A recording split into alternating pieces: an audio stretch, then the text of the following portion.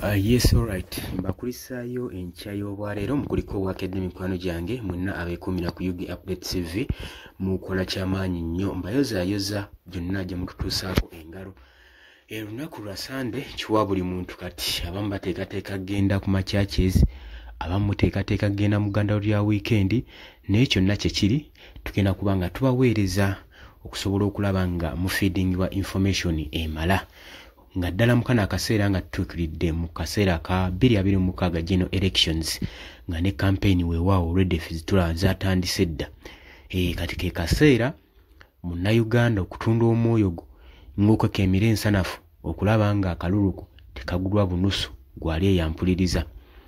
Oli ku UG Update TV njongera okujjukiza kati ebigenda mu maaso mu ggwanga byennyamiza bannayuganda kubanga tubadde tetumanyi nti no mu Uganda tetuyinaamu figa z'abakulembeze abasobola okuyimirirawo ku nsonga ng'eggwanga literebuka. Njogeramu abo abali mu buyinza. Oli n'avaayo n'ayimirira ku bigere bye n'agamba nti nno nange mbabuulire ekimala kimala kino kyemwagala okukola kikyamu kibadde kisaanidde kikolebwe bwekityo. Ng'oggyeko bye bakola ebyagala obbakuumira obukuumizi mu buyinza abakulembeze be tuyina mu gavumenti be twandigambye nti nno banditaasizza eggwanga balina ku maanyi bwe baba bayimiriddewo ku nsonga bayimirirawo ku nsonga ya kwekuumira mu buyinza wabula ensobi gye batamanya nti ng'eggwanga masekkati nga libbira nga literebuka tewali asobola kuvaayo na idea egamba nti nno ekyo kye tugenda okukola oba opinion gye tulonze oba okulisikinga kwe tuli mu kukola kwanditeeka eggwanga mu matigga wabula birowoozaako bo na bokka na bokka. Waaki njogera bino? Andrew Mwenda avuddeyo n'ayambalira General Salim Saleh ssaako ne Muhoozi Kainerugaba Chief of Defence Force mutabani wa Mwami Yoweri Kaguta Museveni. Yenna munnayuganda ali eyo yandirowoozeza nti nno zino zi key figures bannabyabufuzi ab'amaanyi be tulina mu ggwanga bagenda maaso n'okulwanirira eggwanga oba kwegamba abayimiriddewo ku ggwanga lyabwe. Bano bonna baalwana ng'oggyeko Muhoozi Kainerugaba naye ebigenda mu maaso n'ebikolwa byabwe bikulaga ki kye bali. Wano we batuuse ku extent eraga nga tebeetaaga kunnyonnyola munnayuganda n'omu oba kuvaayo kunnyonnyola ggwanga ku biki ebirungi bye basobola okukolera eggwanga ku ki kye basobola okukola. Eggwanga we lituuse ku extent nga tebakyetaaga kumanya mazima gaabwe nga bavaayo bababuulira amazima gaabwe kubanga ebikolwa byabwe byamaze dda okunnyonnyola ki kye bali.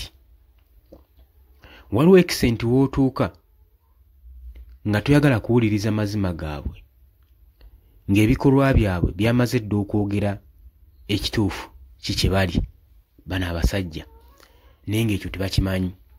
Kati Andrew Mwenda avuddeyo n'abayisaamu eggaali n'abagamba nti nno General Salim Saleh ne Muhoozi Kainerugaba Chief of Defence Force bali powerless mu ggwanga tebalina maanyi gamala mu ggwanga nga emulowooza tegasobola okukyusa ku ggwanga mu kaseera nga ligwa mu crisis mu kaseera nga liri mu katyabaga mu kadde nga libbira. Era n'agamba mwe bannayuganda temulowooza nti nno waliyo kifiga mu gavumenti eyinza okubbulula eggwanga masekkati mu bizibu byabyo. Era n'abagamba bano mutandika obbalabanga abataliiwo kubanga tebalina kye basobola kukyusa ku bizibu bye batadde ku ggwanga. Temulowooza nti waliwo ne figa n'emu ejja okuvaayo esobole okuba nga etereeza eggwanga lino engeri eggwanga gye lyonooneddwamu. Ekyo babalimba. Oli ku UG Update TV nyongera okujjukiza gwe atannatweyungako nkusaba kirira wansi waliwo ekigambo subscribe kikooneko okwonene mu kadaawo osobole okuba nga olisivinga information. Abali mu diaspora mbaanirizaako nnyo mwe bali kwekuumira ku UG Update TV. Agamba nti nno mu kifo ky'ebirowoozo n'essuubi odditeeka mu bano abatalina mulamwa abatalina mugaso eri eggwanga lyabwe. Focus mwandibadde mugiteeka ku institutional reforms okusobola okukola reforms ezisobola okuba nga zitaasa eggwanga. N'essaawa zino individually teri muntu asobola kuvaayo kujja kutaasa ggwanga. Agamba wakyayogerawo bino byonna agamba recently kyabaddewo European Union bambasada bano nga batuukiridde Sale mu kibuga eggulu. Okusinza ku statement ezamuvuddemu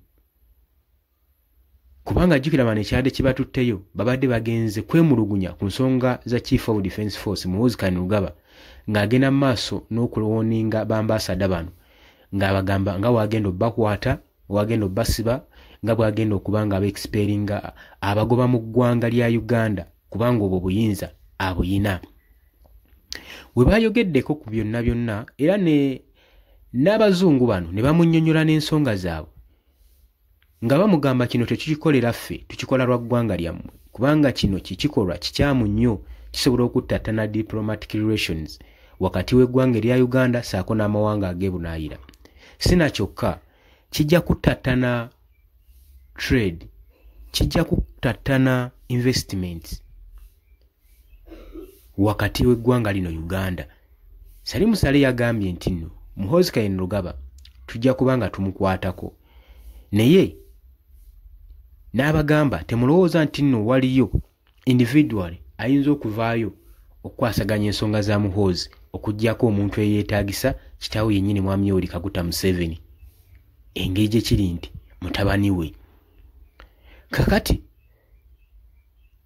ba Europeans delegates bano bavuddeyo tebategedde kituufu nga tebafunye relevant answer ku nsonga eno ku bikolwa ebigenda mu maaso era mu bimu ku bye baayogedde n'engeri gye yalumbaganamu ekitongole ekya Uganda Human Rights Commission ate bo kituuka ku ddembe ly'obuntu awo bavaayo era y'ensonga ezimu ku zaadde zibatutteyo byonna ne bagenda mu maaso ne babiwayaamu. Wabula okusinza ku information eyo Andrew Mwenda agamba bino byatulaze nti nno bano tebayinaamu wadde naffe tetubayinaamu future mu Uganda.